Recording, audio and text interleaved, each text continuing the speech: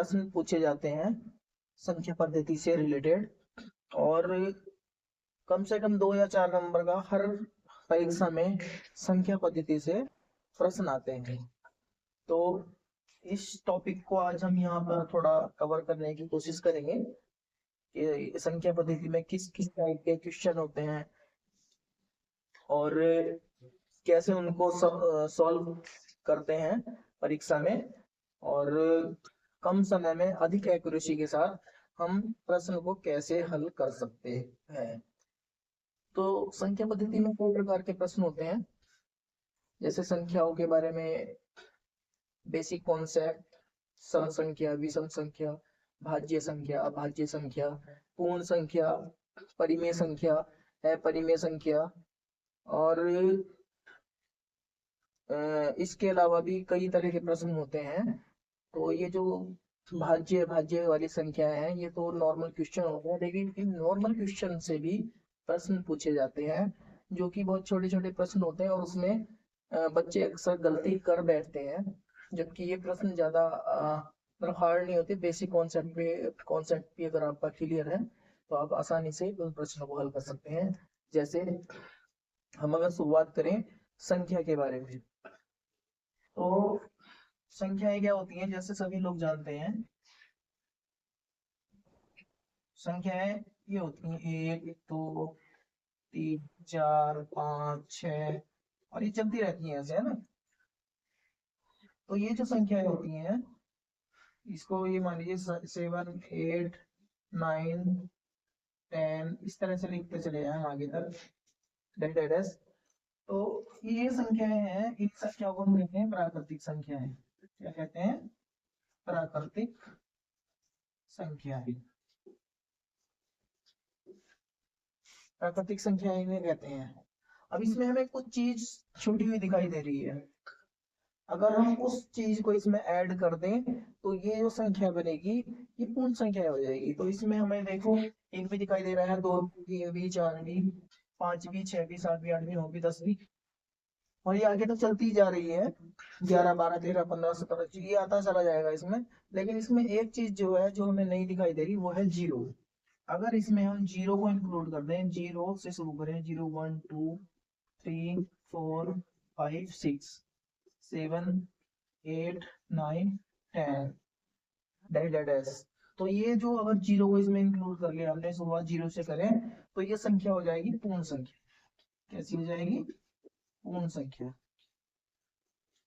पूर्ण संख्या है यानी कि होल नंबर।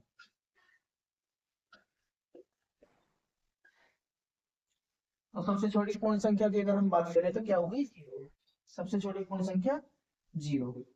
और इस तरह से एक क्वेश्चन भी आते हैं परीक्षा में, बड़ी मतलब कॉन्सेप्ट टाइप के क्वेश्चन होते हैं, लेकिन एक तो नंबर का पूछ लिया जाता है। इसी तरह से भाज्य संख्या और अभाज्य संख्या। भाज्य संख्या क्या होती है? जो संख्या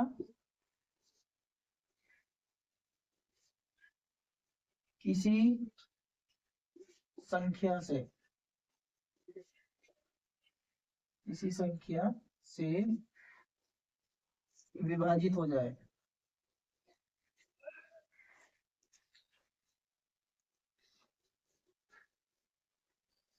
भाज्य संख्या है, भाज्य संख्या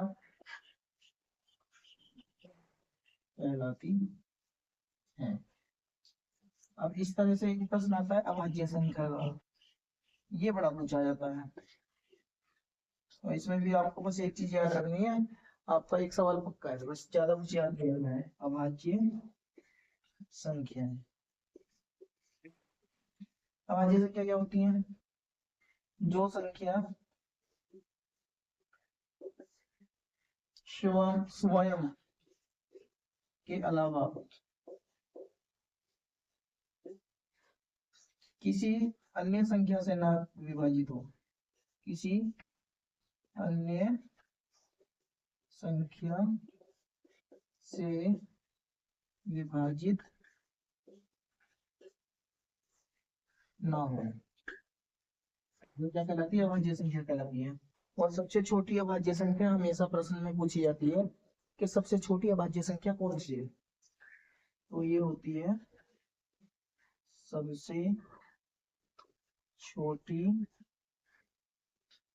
अभाज्य संख्या, ये होती है 2। कौन सी होती है? 2।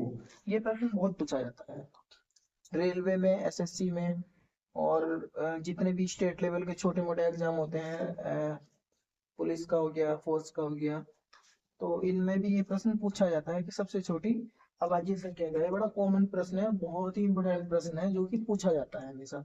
इसमें बच्चे जो जिसे कॉन्सेप्ट क्लियर है वो तो क्लियर करके बताएगा कि हाँ तुरंत टिक लगा देगा, गुना करनी ना, भाग करनी ना, कुछ करना, बस तुरंत आंसर।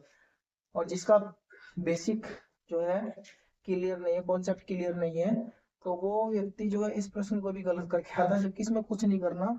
इसमें बस तुरंत बताना है कि सबसे छोटी अभाज्य संख्या क्या है? 2 है। सबसे छोटी अभाज्य संख्या 2 है। और हाँ, 2 सबसे छोटी अभाज्य संख्या भी है और 2 सबसे छोटी सम संख्या भी है। अगर हम सम संख्या की बात करें तो 2 जो है सबसे छोटी सम संख्या भी है और 2 सबसे छोटी अभाज्य संख्या भी है। तो ये 2 प्रश्न बड़े इंपॉर्टेंट है। हालांकि सम संख्या तो लगभग बच्चे बता देते हैं, लेकिन अभाज्य संख्या में परेशानी होती है। अभाज्य संख्या का कॉन्सेप्ट क्लियर नहीं होता बहुत बच्चों को, तो वो गड़बड़ कर जाते हैं। तो इसलिए इस प्रश्न को आप जो है याद रखें, और जो है इसमें बिल्कुल भी गलती की कोई चांस नहीं होनी चाहिए। अगर परीक्षा में सवाल आ जाए तो आपको तुरंत टिक कर देना है कि सबसे छोटी अभाज्य संख्या क्या है? 2। तो इससे आगे अब हम बात करेंगे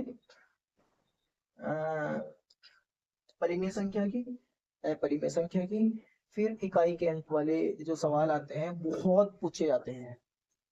अभी आगामी परीक्षाएं आ रही हैं, रेलवे के फॉर्म निकलने वाले हैं, तो उसमें भी बहुत सारे प्रश्न ऐसे होते हैं जो बड़े कॉमन होते हैं। और उन प्रश्नों को अगर आप तैयार कर लेंगे तो आप सफलता के बहुत नजदीक होंगे, आपको सफल होने से कोई नहीं रोक सकता है। तो मैं अब जो है आपको वही वे प्रश्न अपनी वीडियोस के द्वारा बताने की कोशिश करूंगा जो कि परीक्षाओं में आते हैं, रेलवे में आते हैं। और रेलवे का आपको बिल्कुल स्पेशल रूप से तैयारी कर